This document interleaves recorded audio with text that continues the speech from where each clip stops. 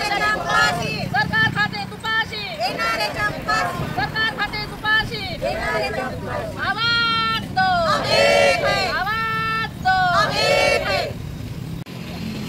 आज आमच्या आंदोलनाचा दुसरा दिवस आहे। एनआरएचएम अधिकारी आणि कर्मचारी यांचं संपूर्ण महाराष्ट्रामध्ये आंदोलन सुरू आहे। कारण 14 मार्च 2024 रोजी महाराष्ट्र शासनाने JR काढला होता की एनआरएचएम मध्ये ज्यांना 10 वर्ष पूर्ण झाले आहे त्यांचं समायोजन केले जाईल व ज्यांचे 10 वर्ष पूर्ण झालेले नाही त्यांना दरवर्षी 30% प्रमाणे समायोजन करण्यात येईल म्हणून। परंतु 1.5 वर्षाचा काळ लोटून गेलेला आहे। आम्ही वारंवार आमच्या अधिकारी आणि कर्मचारी जे आमचं शिष्टमंडळ आहे त्यांनी मंत्रालयामध्ये जाऊन मंत्र्यांची भेट घेतली किंवा आम्ही वारंवार त्यांना निवेदन दिले की तुम्ही आमची एक वेळा बैठक लावा, आमच्याशी चर्चा करा, आमचा जो प्रश्न आहे तो तुम्ही मिटवून द्या। परंतु शासनाने कुठल्याही प्रकारची याच्यामध्ये दखल घेतलेली नाही आहे आणि म्हणून आम्हाला नाईलाज असतो इथे रस्त्यावर उतरावं लागलेलं आहे। आता जी आहे ते आरोग्य सेवा ठप्प झालेली आहे कारण आम्ही वर्धा जिल्ह्यामधून 600 ते 650 कर्मचारी इथे आंदोलनामध्ये उपस्थित झालेलो आहे। त्याच्यामुळे जे अगदी खालच्या पातळीपासून तर वरच्या लेवलपर्यंत सगळे ऑफिसेसमध्ये बंद आहेत। त्याच्यामुळे तुटपुंज्या कर्मचाऱ्यांमुळे जर समजा कुठल्या जनतेवर जर विपरीत परिणाम झाला तर याला फक्त शासन आणि प्रशासन जबाबदार राहील, याला एनआरएचएम अधिकारी आणि कर्मचारी जबाबदार राहणार नाही।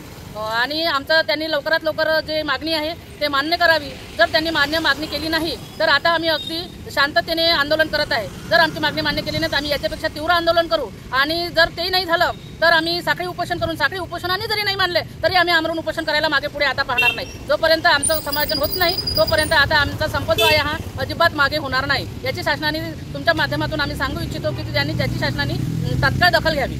आमच्या मागण्या ज्या आहे ते सगळ्यात पहिली मागणी आहे की जो 14 मार्च 2024चा जो JR आहे त्याची तात्काळ अंमलबजावणी करावी।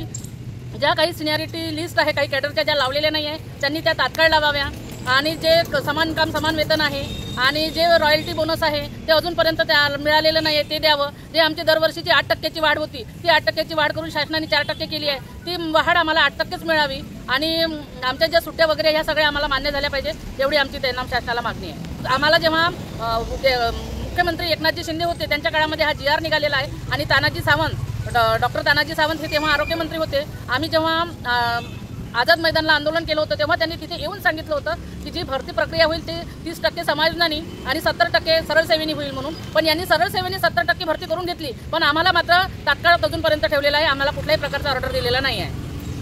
ते आहे ती वयोमर्यादा संपायला आलेली आहे। काही आता आमचे जे बांधव आहे ते रिटायर झालेले आहे, यांना कुठल्याही प्रकारचा लाभ नाही आहे। यांनी पुढील आयुष्य कसं जगायचं? पुनर्नियुक्ती सुद्धा त्यांना दिलेली नाही आहे। याच्या आधी असं होत होतं एनआरएचएम मध्ये की जे रिटायर झालेले परमनंट कर्मचारी आहे ते सुद्धा त्यांना सुद्धा ऑर्डर देत होते, पण हे एनआरएचएम मध्येच असून सुद्धा यांना पुनर्नियुक्तीची ऑर्डर दिलेली नाही आहे। आता त्यांनी काय जगायचं, कसं जगायचं याचा जीवन आणि मरण्याचा खूप मोठा प्रश्न निर्माण झालेला आहे। तुमची शासनाने मागणी पूर्ण नाही केली तर तुम्ही काय करणार? आमची जर शासनाने मागणी पूर्ण केली नाही तर आम्ही आमरण उपोषण करणार।